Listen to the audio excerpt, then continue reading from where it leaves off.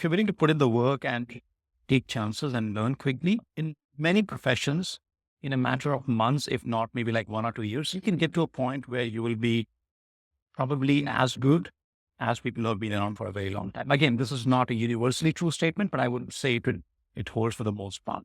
So as long as you're fearless and you're willing to not be bound by your past, go ahead and explore. And whatever you do at that point, give it a best shot. I know it's like a very motherhood statement, but that's what I've tried. And I think within reasonable limits, that has kind of worked for me. In the modern world, where ample distractions capture our attention and constantly pull it in multiple directions, staying focused and achieving our goals can be a significant challenge. Moreover, with the rise of remote work and the shift towards an increasingly digital lifestyle, maintaining focus and productivity has become even more crucial. My next guest on the 1% Project is a discipline and a routine fanatic, productivity expert, and an entrepreneur, Rajan Singh. Rajan is a graduate of IIT Kanpur and a former IPS officer who served as the Trivandrum Police Commissioner. But after a few years, Rajan felt a sense of intellectual stagnation in his job and he decided to quit and restart his career. He then pursued an MBA from Wharton Business School and worked as a consultant with McKinsey in New York before returning to India as an investment professional at New Silk Route, a billion-dollar private equity fund. However, his relentlessness did not end there. He then eventually became an entrepreneur, founding a habit building startup called HabitStrong. At HabitStrong, Rajan helps people improve their lives by inculcating focus, self discipline, and good habits. Listen in to learn Rajan's insights and strategies for achieving goals and maintaining focus on things that matter most. His views on entrepreneurship, building products within HabitStrong, his idea about self doubt and boredom, and much more. Subscribe to the show wherever you're listening to it and sign up to the 1% Project's Think newsletter at 1%.live, which brings highly curated content that adds value to your professional and personal development. Stay till the end, where I summarize the key takeaways from the conversation with Rajan. We kick this off asking Rajan how he reflects about his career, given that he has been a part of prestigious and competitive institutions such as IIT Kanpur, McKinsey, New Silk Route, and now building a startup.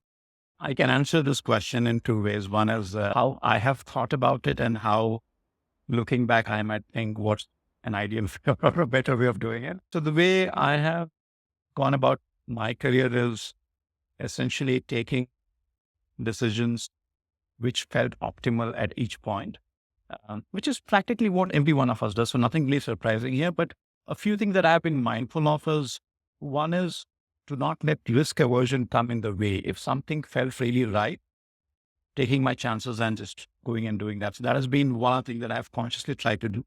Second is sometimes, and again, there is no right or wrong answer, but there are sort of two orthogonal approaches to life. One is to go in one direction and go deep, deep, deep, deep, deep. So there are people who do the same thing for 30 years and they become really good at it.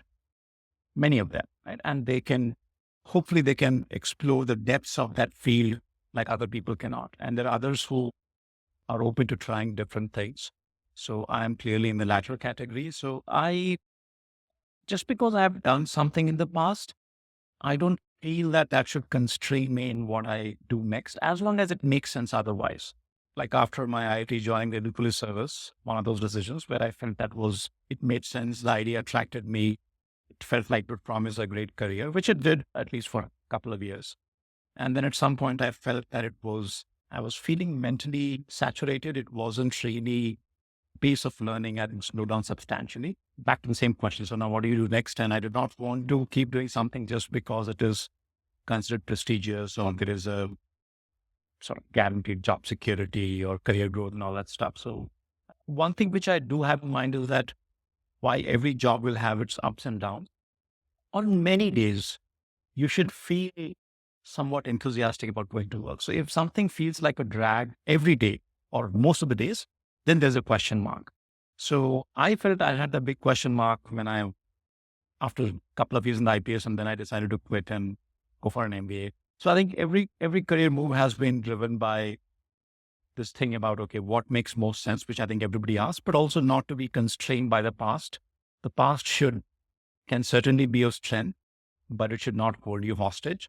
And if I were to give an advice, again, I'm not saying you should change careers too often or you should stick to something for the rest of your life. That's your choice.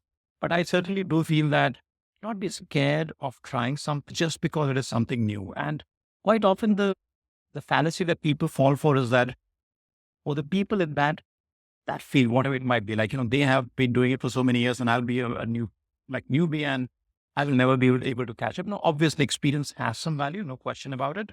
But I think we hugely overestimate how much value it has. And if you're willing to put in the work and take chances and learn quickly in many professions, in a matter of months, if not maybe like 1 or 2 years, you can get to a point where you will be probably as good as people who have been around for a very long time. Again, this is not a universally true statement, but I would say it holds for the most part.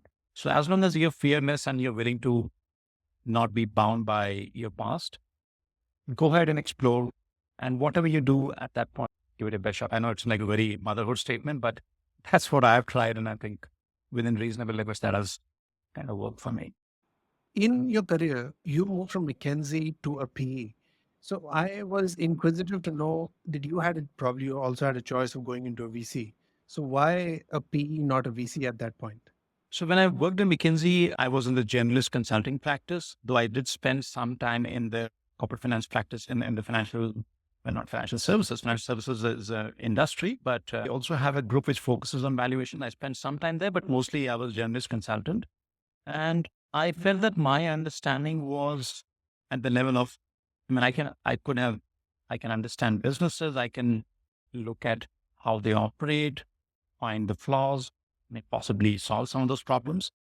Those were the skill sets that I had at that point. VC requires, I think, very different skill sets. So VC is less about operating stuff. I think it's more about spotting new, risky, forward-looking opportunities. In private equity, we rarely take a bet on a massive disruptive change in business or technology. So you are essentially betting on things which are working already. The product market fit is well established. The market is there. You have research and scale. Now, all you're saying is, look, okay, this business can go from X to like 3X or 4X, not even 10X. Okay, rarely 10X. So if you can get a 3X, 4X growth, that business is a yes, as long as other things also sort of check out. Whereas in VC, it's a different game. Both are technically investing, but I think the skill sets required are very, very, very different. And I did not, at that point, I had never done a startup and I did not have any, I would say, deep expertise or inclination to do that. So I did not even consider a VC role. And even if one had fallen in my lap, which of course would not have happened, but even if it had happened, I don't think I would have taken it up at that point because I was not a good fit for that. I speak to a lot of entrepreneurs and investors and people from the media as well because of the podcast. I do feel that media has hyped the role of an entrepreneur or an operator. And I think what we keep forgetting is that it's also a career. How do you think about building a career as an entrepreneur? That's the way people think about, when I say people, again, I'm generalizing, obviously, won't be universally true. The way a lot of us think about entrepreneurship as it's like a surgical strike. So you go and do something for 5 years, build something, and then exit and come back. And then you go and do the next thing. Absolutely nothing wrong with it. It's a fantastic model if that's what works for you.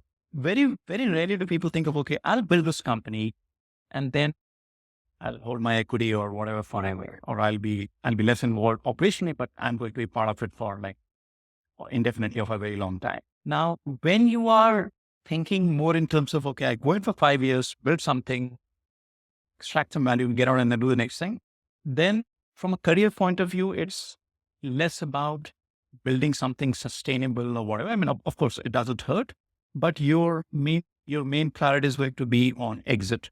So even when you look at an opportunity, you're going to be like, okay, can I get this to a certain scale quickly? Can I get out quickly? So quickly is going to be the operative word there. If you can get to an exit, then really it doesn't matter. Does it sustain? Does it become big? Like, will it be a market leader? None of those questions are really relevant. And I think a lot of entrepreneurs fall in that bucket. And some people want to build something sustainable. I would say I'm sort of on the margin. I want to build a business. Will I hold it forever? I don't know. I very well could if things make sense.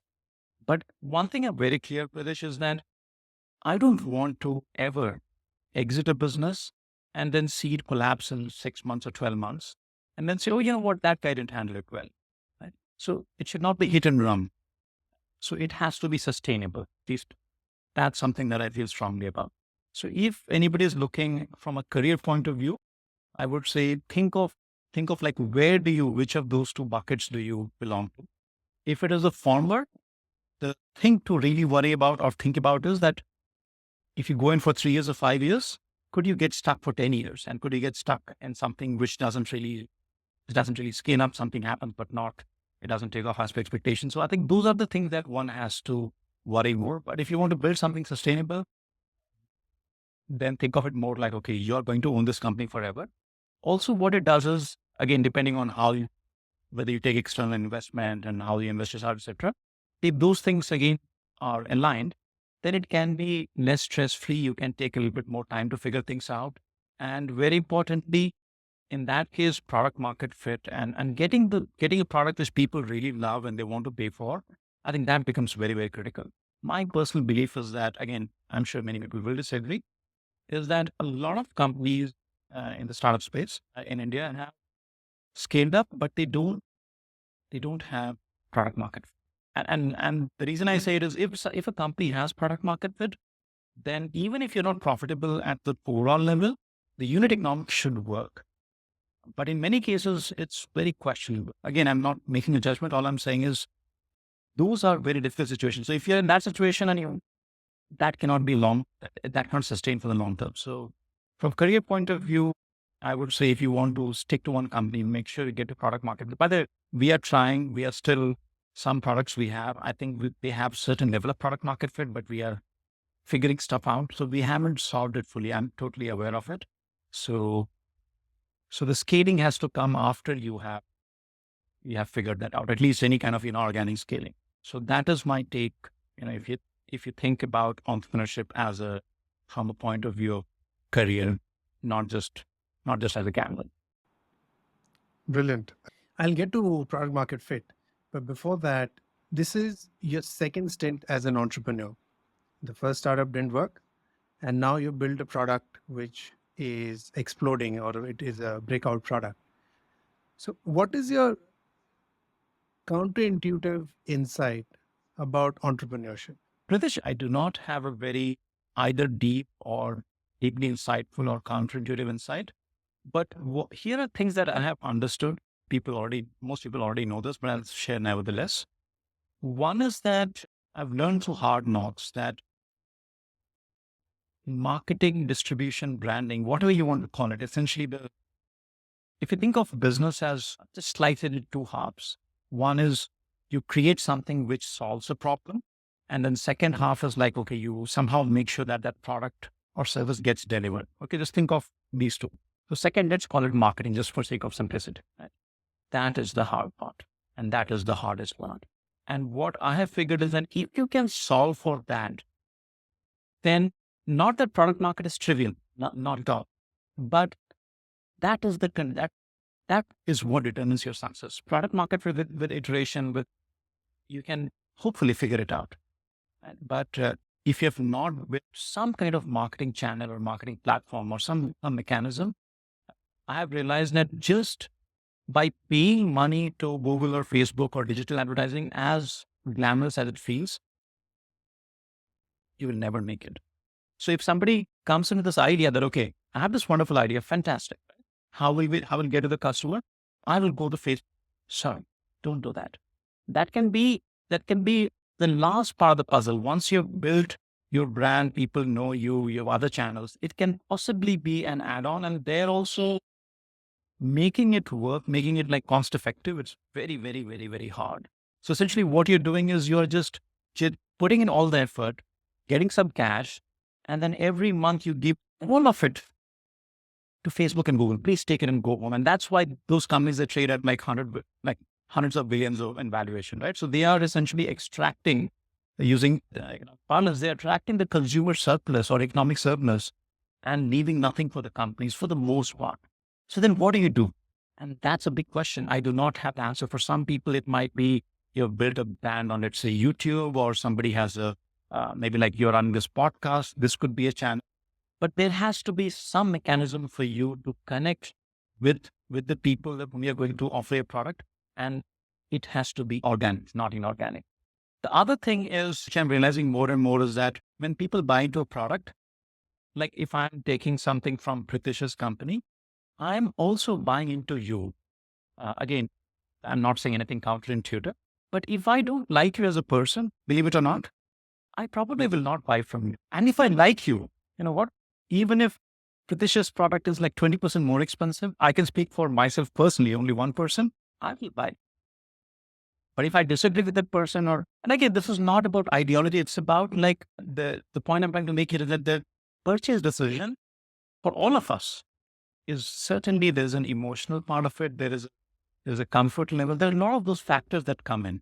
So when in business school, they would talk about brands, etc. And I would keep thinking like, what bullshit is it? Like, come on, like, people just buy stuff that is useful. No, people, of course they buy stuff that is useful, but there are a lot of factors that we don't realize. And one more thing I want to add here is that quite often we feel that, okay, you know what? All those guys, they do that, but I am rational. I'm not affected by things. No, we are all the same. We are all affected by the same factors. We are all affected by emotions. And those of us, even you may have studied logic formally. In fact, I have studied logic formally. I've done a course on that. But it doesn't change anything. We are still emotional animals. And that is a part that you have to crack. Then, of course, the product market fit in itself is like I'm still trying to figure it out. So it's a very, very tough game. But the one last thing I want to add here is that you can circumvent all of it with external capital. Give a lot of money, and then even if product market fit is not very strong, even if you don't have marketing, you can throw money and get stuff done. But the problem is then you'll end up a place where you have 100 crore revenue and expenses are like 250 crores. And then the question is, what have you really built? I don't answer that. Brilliant. In today's world, the obvious has become the counterintuitive thing to do. Everybody is just looking at valuation, trying to get to that million customer. We don't even know what their revenue is. Your most obvious insights are the counterintuitive insights, which we need to keep reiterating again and again. Moving on, your present company. It's fascinating because you're building something which is very close to you as a personal endeavor, and now you've turned it into a product. How did you stumble upon it? And every time you think about building a product within HabitStrong, how do you go about it? So I'll take these two questions one by one. In terms of how I stumbled upon it, Pritish. So what happened was when I was running my last startup, quite often, so we were providing science and math learning programs for students. And quite often parents would say that my child is very bright, like he or she is very intelligent, does that, but doesn't have good learning habits. So can you help them? And my answer was obviously no, because we can teach, we don't, right? Changing the habits, that's like beyond my pay grade. And that's not something that I can do or I thought anybody can do. But over time, when you keep hearing those things again and again for years, you realize that the main bottleneck is actually it's behavioral. So the solution to the learning problem was a behavioral solution, not just a knowledge solution. Could we do something? And to me, the answer was unclear. Then what happened was COVID would happen, and then lockdown forced us to shut our businesses. So we had a hybrid model where there was a physical model as well. And within a matter of like a couple of days, it was all gone. And that forced us to think about things from first principles again. And then I thought, you know what, let's test some ideas. So I started, there was nothing much to do, we were all at home. So I started testing ideas on how to build focus. I started reading a lot of stuff on that. And that is how I came up product idea around focus building. Because I noticed one observation I made was that a lot of people were buying courses on Coursera, Udemy, etc., but they were not completing it. Completion rates are very, very low. So there was an unmet need there, at least that was a hypothesis. Then I found that routines were like all over the place during COVID, but in general, I felt that fitness for me, building a fitness habit has done wonders. I started learning meditation. So all those things that I found valuable, I said, okay, let's see if somebody else also finds it of value. And when we found there was some value, then we started offering it. Now, in terms of specific question, how do we think about products? So it's a wonderful question. I wish I hope I get better at it. So I'm still figuring it out. I don't have it all sorted, but what I do is look at what are the problems that people are talking about. So Pritish, because we have bunch of, we have people, more than 10, 20,000 people who have gone through our various programs, etc. Or we interact with, like we have our newsletter again has 25,000 odd people who get it. So we have a lot of these interactions, and occasionally I just ask people, or during conversations that comes up, people will send emails asking, I have this problem. I have this problem. Can you help me with this? And quite often my response is, we don't have anything on that. But when we keep hearing those persistent queries or messaging from customers, then you realize, okay, you know what, there is a problem there. There's a stress and anxiety is a problem. Productivity is a problem. Handling our attention is a problem. Distraction is a problem. So that is something which we don't find it very hard to figure out, that there is a need. Now, the next question is that a couple of questions more. Next is, can we solve the problem? And third question, obviously, is if we solve it, will people pay for it? And will they pay for it at a level where it becomes viable? What I have done in all these, most of these cases, and going forward, I do not know to what extent we'll be able to, is create something and put it out. And initially for the first few candidates, I didn't create anything. Like I would just do a lot of experiments, figure out, and then I would run the program myself. So essentially, I'm like the coach or the guide or whatever. And then we do it for a couple of 1 or 2 iterations and invite people to just join as a volunteer, and they get the feedback. A sort of MVP approach, like have something which is just done, maybe brute force, like there's no tech, there's no real product as such. The first batch, typically for every program we have done, the first batch has always been like a pilot batch. So we test it once and then get real world feedback, and then we offer it as a paid product. Now going forward, will we be able to do it all the time? I do not know, because like as an example, right now we are working on rolling out a program for stress and anxiety. Now it's a pretty deep program. So the need is certainly validated. So people have the need 100% for sure. To what extent we'll be able to do it? Now that is what we'll be testing that. But we are putting in some effort there. So there is a certain amount of like moving forward and taking some risks. So it's not something, let me put it this way. I have given enough talks at companies, and this is a problem which companies often have talked to me. So I've given talks at practically not all, but many of big blue chip multinational corporations in India on these topics, stress, anxiety, focus building. So I know that these topics do resonate. And when I deliver that message, feedback has usually been very, very positive. So you have some sense that, you know what, a solution along these parameters is fairly likely to work, but it's never totally certain. The other thing which we're trying to figure out was also now offering these programs to companies, which again is a little bit untested territory, because while we have given talks, etc., we haven't run like detailed programs. We have a few, but not too many. So the summary of this whole thing is the way we create our programs is verify customer need, test as quickly as possible. Sometimes it's not, that what you're offering makes sense or not. Then see whether people are willing to pay. And if it doesn't work, then you cut your losses and move on. And now as we go to companies and aim for like the enterprise business, once again, we'll have to see what works, what doesn't work. And sometimes, Pritish, what happens is you have a product and it might be working for a certain set of customers. Let's say consumers are happy with it, but speak to businesses, they say, you know what, this is too long. We need something which can be consumed over like not 28 days, we need something for 2 days. So then we have to go back to the drawing board and rethink. So all that is going on. I absolutely would not claim that we have figured stuff out.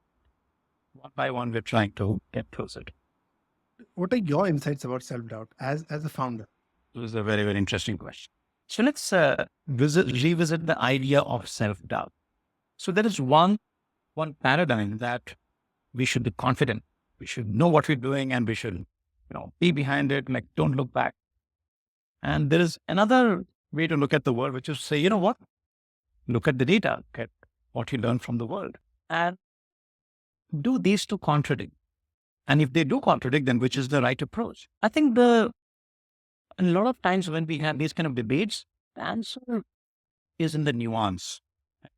And the nuance is that when we say confidence is not that I believe in A or I believe in X, and regardless of what the world does, I will keep believing in X. So I remember there was a joke which somebody cracked on George W. Bush. So there's this White House Correspondents' Dinner. I don't know if you've seen those. They're pretty funny. So every year they have this thing in Washington. All these journalists will come and there'll be one guy and they will essentially roast the president, sitting president. And when George Bush was the president, I think it was Stephen Colbert, if I'm not wrong. And he said, I was talking about Bush and he said, like, Mr. President, like you are the ultimate consistent guy. The opinion you hold on Monday is exactly what you will hold on Wednesday, no matter what happened on Tuesday. I think that was, you should have seen his face, like he was horrified. I think it was a little bit below the belt, but anyway. But the thing is, we're talking about confidence. I would go back to that joke, So confidence is not about like believing in what you believe regardless. That's foolhardiness. Confidence is okay. I've thought through that stuff. Now, once I've thought through it, I'm going to act on it. And when I act on it, I will not act on it as if, you know what will happen until I get the data, until something tells me I'm wrong. I'm not going to just revisit something because I have fear, right? I'm feeling fearful. I'll feel fearful. I'll feel anxious, but I've thought through it. And once it is done, I move forward. And the idea of having self-doubt is like when I get data from the world that, you know what, Rajan, you thought like this is a great program, but people don't like it as much. And then you have to go back and say, oh, you know what? Too bad. I thought this would be great, but maybe only a small number of people want, or people don't want, or people want in a certain variation.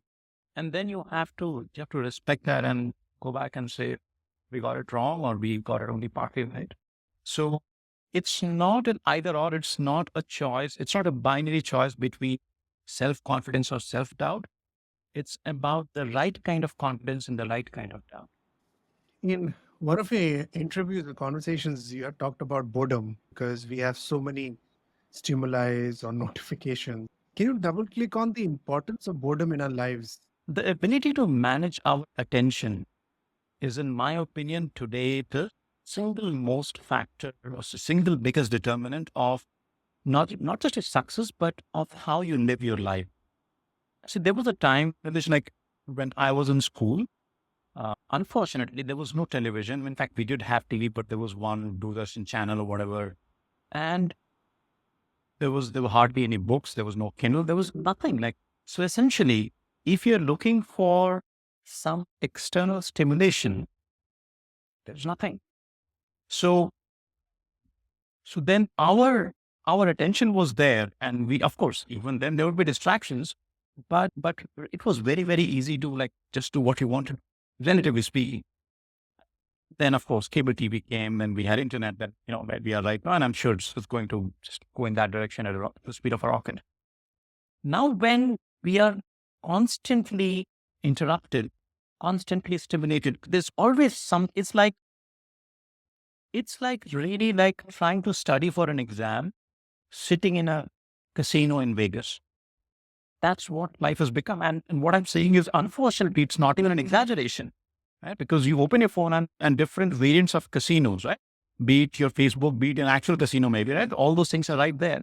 So what that has done is it has, again, I'm repeating some of the stuff which is probably known to your viewers, but every time you take an action which gives you a sense of pleasure, it reinforces that behavior. And when it is reinforced sufficient number of times, that behavior becomes automatic. And that automatic behavior is what we call a habit. And once the habit becomes very deep, and once it starts becoming harmful, it is called addiction. These are all just the same thing, just it's a scale. So addiction is nothing but a deeply ingrained harmful habit, in simple words. Now, what happens is when we are constantly bombarded and peppered with this Vegas style entertainment like stimulation all the validation, all that stuff. Our mind is seeking all those things and starts seeking it desperately. And at some point, it becomes practically impossible to sit and read a book or sit and work on something for like even 20 minutes. And this is not an exaggeration. Now, it so turns out that when you have, look, this aspect of the world has changed, but there is one aspect of this world that has not changed, which is that if you want to do the research in physics on some topic, you have to sit and read those dense research papers and books, and you do it for like hours and hours every day, do it for years. If you happen to research on finance, or if you forget research, you want to like become a good professional, investment professional, you have to sit and read stuff. So on the one hand, the requirement is that if you have to live a meaningful life, you have to go through certain actions which should be considered quote unquote boring. That has not changed. But our ability to do those things, that has changed. So now we have a huge mismatch. So people who can actually do that, who can say, you know what, I'll sit and read this 10K or whatever, or some financial statement. I'm willing to spend 3 hours and I can do it without too much of a distraction. Maybe a couple of email checks is fine, but I'm fine with it. Versus somebody who has to check TikTok every like 10 minutes or 5 minutes. The latter stands no chance today. This is the biggest competitive advantage. So when we say boredom, I'm not trying to say that, no, we have to live a boring life. No, that's not the point. The point is that things that are meaningful are not going to give you a kick every 3 seconds. And that aspect of the world has not changed. It cannot change. We can do some gamification of certain things, but if you have to research in computer science, sit and understand that math. When you look at that dense math, your mind will explode. So you have to calm down. You have to be with it. And nobody will gamify that. In fact, you know what, this whole, I know I'm digressing a bit, but if you allow me to do this, the whole idea that things have to be made exciting, yes, well, when possible, do it for sure. Right? But the satisfaction that you get from these things, it doesn't come from the frivolousness or the sort of, oh, this was so fun. No, it comes from, oh, wow, this thing clicked. When in your mind, a model falls into place, now it starts making sense. I don't know, you must have experienced during your studies, in various. So when something makes sense, it is no less exciting than a casino. If you think casino is exciting, right? And we have to be able to seek that and find that excitement and stay with it. But for that, to get to that excitement, you have to go through stuff which would be called boring. And therefore, not to bore ourselves to death, but to stay on this meaningful path, we have to develop the ability to keep our attention with something, even if it doesn't give you a high every few minutes. And that is why ability to do boring stuff is important. I read somewhere reading is post meditation.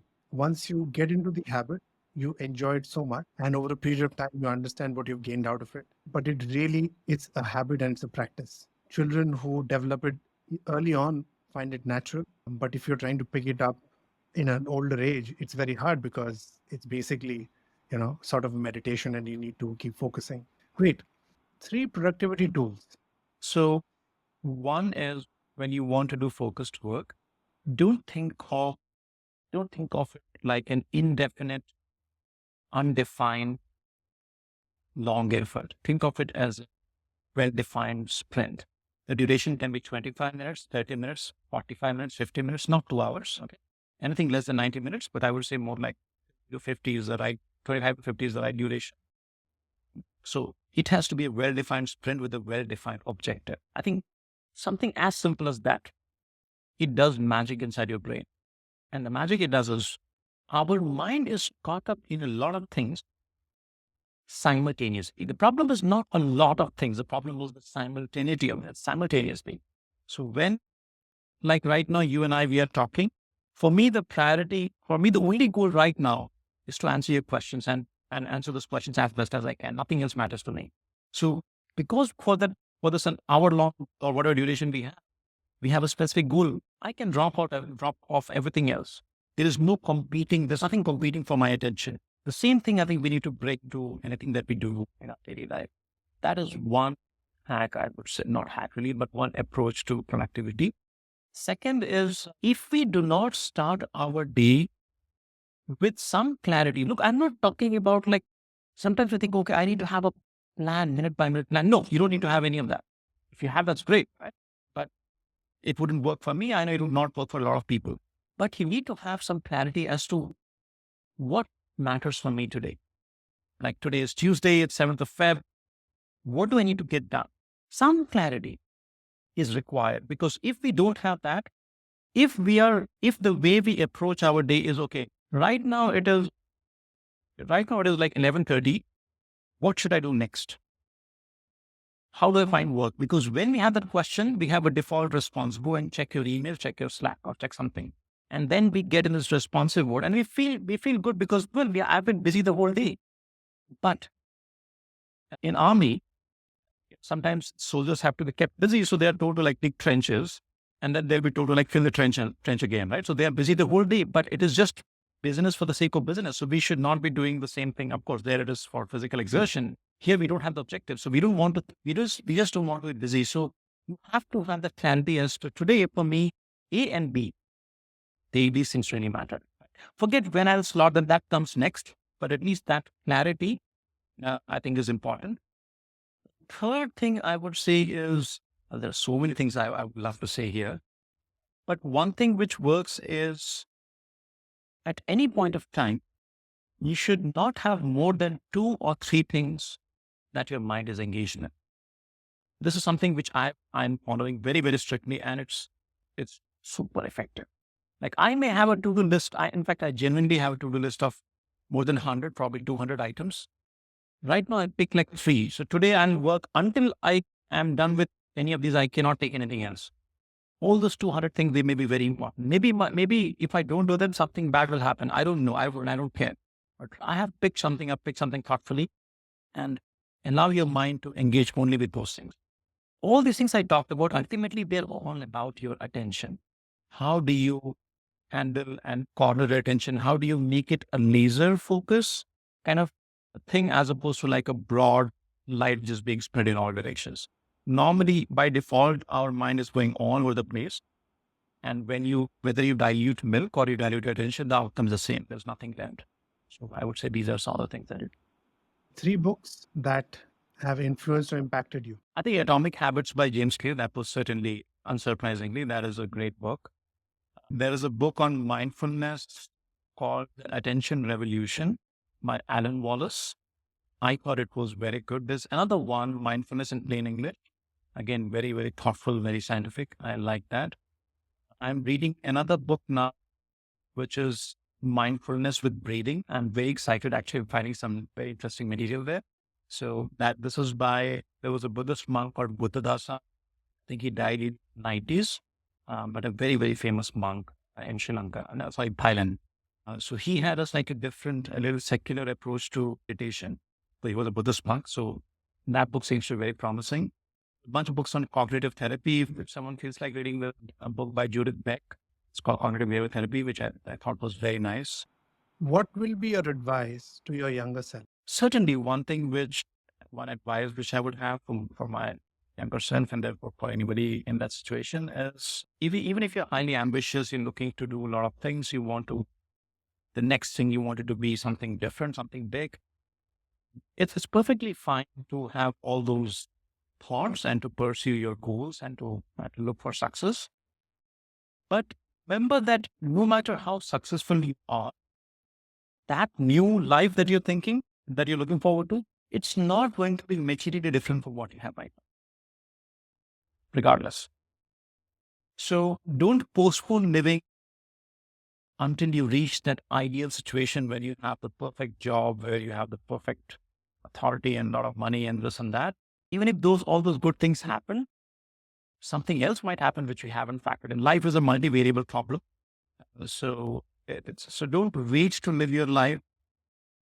I would live my life when I was a student, when I was in college, and I would be a lot more present and live those moments more mindfully and experience those things. A simple thing, nothing very fancy. I think that is one. Second thing is, it's very easy to say, very hard to implement. I'm still struggling with giving this advice to my younger self is don't worry too much about things that can possibly go wrong, because we have this cognitive bias to focus on what can go wrong because it keeps you safe.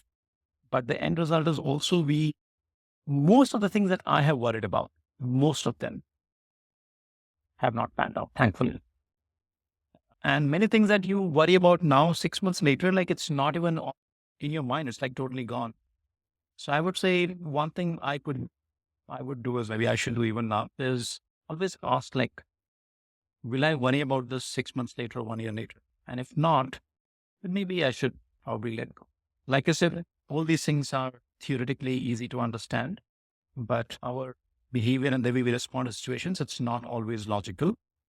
So even knowing this one may not be able to, but yeah, if I had to change some things, I think those two would be top of my list.